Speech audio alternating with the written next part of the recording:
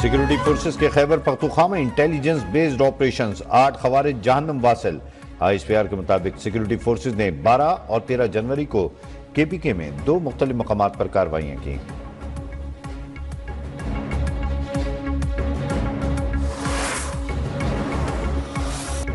پاکستان سرزمین پر افغانستان سے لائے غیر ملکی اسلحے کا استعمال۔ افغانستان سے لائے گئے اسلحے کے استعمال کے ثبوت ایک بار پھر منظر عام پر۔ پاک فوج گزشتہ 2 دہائیوں سے دہشت گردی کے خلاف جنگ لڑ رہی ہے۔ حال ہی میں افغان سرزمین سے ہونے والی دہشت گردی میں اضافہ ہوا۔ افغانستان سے دہشت گرد پاک افغان سرحد کے ذریعے در اندازی کی کوشش کرتے ہیں۔ سب پر عیاں ہے دہشت گردوں کو افغانستان میں امریکہ کا چھوڑا ہوا اسلحہ دستیاب ہے۔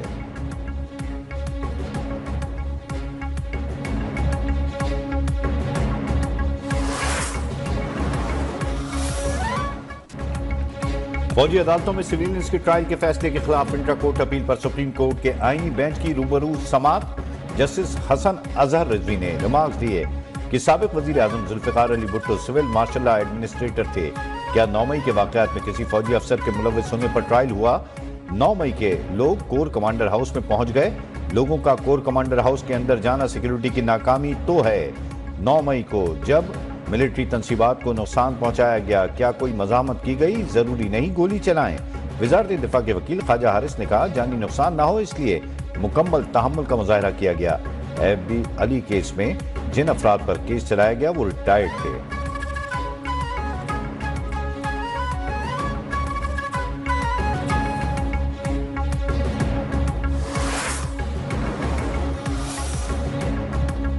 حکومت اور اپوزیشن کے درمیان مذاکرات کا تیسرا دور جمعرات کو ہوگا۔ اسپیکر قومی اسمبلی سردار ایاز صادق نے دونوں مذاکراتی کمیٹیوں کا اجلاس بلا رکھا ہے۔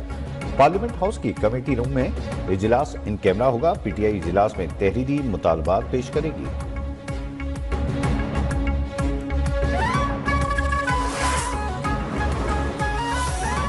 میڈیا میں ہوتے ہیں لیکن پارٹی کے اندر اس کا کوئی اثر نہیں ہے۔ پارٹی جانتی ہے عمران خان صاحب کو کس پر اعتماد ہے، عمران خان صاحب کیا چاہتے ہیں، ہم اس پر عمل کر رہے ہیں۔ تحریک انصاف اختلافات کا شکار، ایک دوسرے پر لفظی گولہ باری بڑھ گئی۔ PTI کے جنرل سیکرٹری سلمان اکرم راجہ پر شیر افضل مروت کی تنقید پر بولے کسی فرد واحد کے رویے سے پوری پارٹی کا معیار نہیں بدل جاتا۔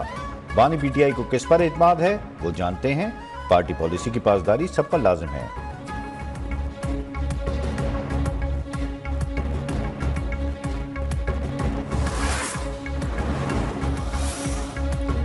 ڈی چوک پر PTI احتجاج کا معاملہ، ملزمہ بشرا بی بی کی 13 عبوری درخواستیں، ضمانت 7 فروری تک منظور۔ اسلام آباد انسداد دہشت گردی عدالت کے جج طاہر عباس سکرا نے کی فائلیں تیار کر کے نہ آنے پر جج کا وکیل خالد یوسف چودھری پر اظہار برہمی۔ ریمارکس میں کہا فائلیں تیار کر کے آیا کریں، عدالت میں اگر فائلیں سیدھی کر رہے ہیں۔ وکلا کی تمام عبوری درخواستیں، ضمانتوں پر 7 فروری کی تاریخ مقرر کرنے کی استدعا۔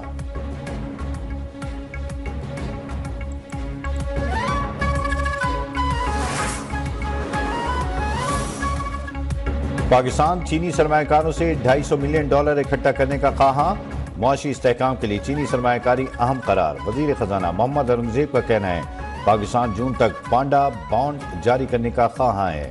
سی پیک میں اسپیشل اکنامک زونز اور زرعی شعبے میں وسعت لائی جائے گی۔ سی پیک 2 میں قرض ادائیگی کو آسان بنایا جائے گا۔ چینی کمپنیاں پاکستان کو بطور برآمدی مرکز استعمال کر سکتی ہیں۔ غیر ملکی سرمایہ کاروں کا تحفظ حکومتی ترجیح ہے۔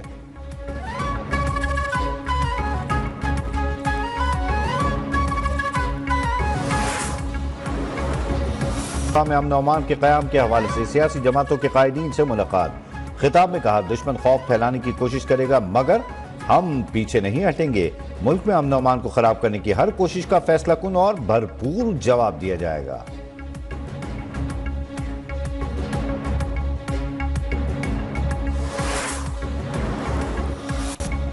لاہور کلمہ چوک فلائی اوور پر تیز رفتار ڈمپر نے موٹر سائیکل سواروں کو کچل ڈالا۔ ٹریفک حادثے میں 2 افراد موقع پر ہی جاں بحق، ڈمپر ڈرائیور گاڑی سمیت جائے حادثہ سے فرار ہو گیا۔ پولیس نے لاشیں ہسپتال منتقل کر دیں۔